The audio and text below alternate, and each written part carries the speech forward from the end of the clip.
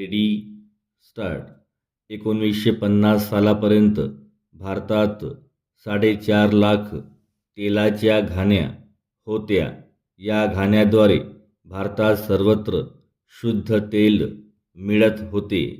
शेतकरी स्वतःसाठी तेलबिया देऊन तेल गाळून घेत असे.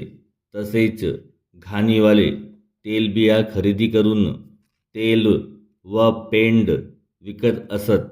अशा प्रकारे उत्तम प्रकारे तेलाचा उद्योग चालत होता. त्यावर कोणतेही कर वगैरे नव्हते व त्यामुळे तेलातही भेसळ अशी होत नसे. स्वातंत्र्यानंतर औद्योगिकीकरणाचे युग आले. परिच्छेद.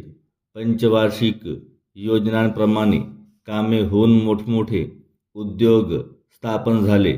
बँकेतून उद्योगधंद्यासाठी भरपूर कर्जाऊ रक्कम मिळू लागली. सरकारकडून सबसिडी मिळू लागली. त्यामुळे मोठमोठ्या तेलगिरण्या निघू लागल्या. 5 वर्षाच्या काळातच 4.5 लाख घाण्यातल्या 3 लाख घाण्या बंद पडल्या. उरलेल्याही घाण्या बंद पडण्याच्या बेतात आहेत. तेल घाणीवाल्यांचा धंदा बंद पडला. बंद पडण्याचे हे कारण काही काळ समजले नाही. त्यामुळे 3 ते 3.5 लाख कुटुंबावर बेकारीची संकटे आली. त्यांच्या जागी 5 ते 7 हजार तेलाच्या गिरण्या स्थापन झाल्या. परिच्छेद.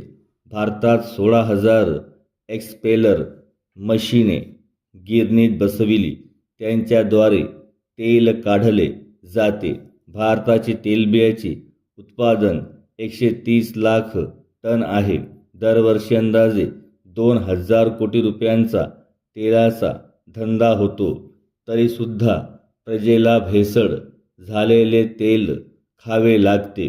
पैशाच्या बळावर या उद्योगात किती उलाढाल उद्योगधंदेवाले करतात हे दिसून येते.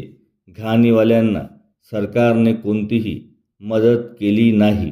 तुमचा उद्योग तुम्ही करावा यासाठी सरकारने तेलगिरण्या स्थापन करण्यासाठी उद्योगपतींना बँकेतून लाखो रुपयांची कर्जे, तेलबिया खरेदी करण्यासाठी व पिळण्यासाठी मदत केली. यामुळे सर्व तेलबिया गिरणीवाल्यांनीच खरेदी केल्या. घाणीवाल्यांना काहीच बिया मिळाल्या नाहीत. पूर्वी गावातील बियांचे तेल गावातच गाळून गावातीलच लोकांना मिळत असे. ते बंद झाले आणि कोट्यावधी रुपयांची सट्टेबाजी झाली आणि खरेदी विक्रीचा धंदा चालू झाला. प्रत्येक डब्यामागे 27 ते 28 रुपये कर चालू झाला. लांब लांबून माल आणण्यासाठी वाहतुकीचा भार वाढला. परिच्छेद. व्यापारी लोक खेड्यापाड्यात माल विक्रीसाठी नेऊ लागले व मनाला मानेल असा भाव घेऊ लागले. ग्राहकांचा कोणीही विचार करीत नाही. मिळेल त्या भावाने तेल विकत घ्यावे लागते. तेलबिया उत्पन्न करणारे शेतकरी, मिल उद्योगवाले व गिऱ्हाईक यांचा संबंधच नाही. फक्त पैसेवाल्यांच्या तंत्रानेच बाजार चालतात.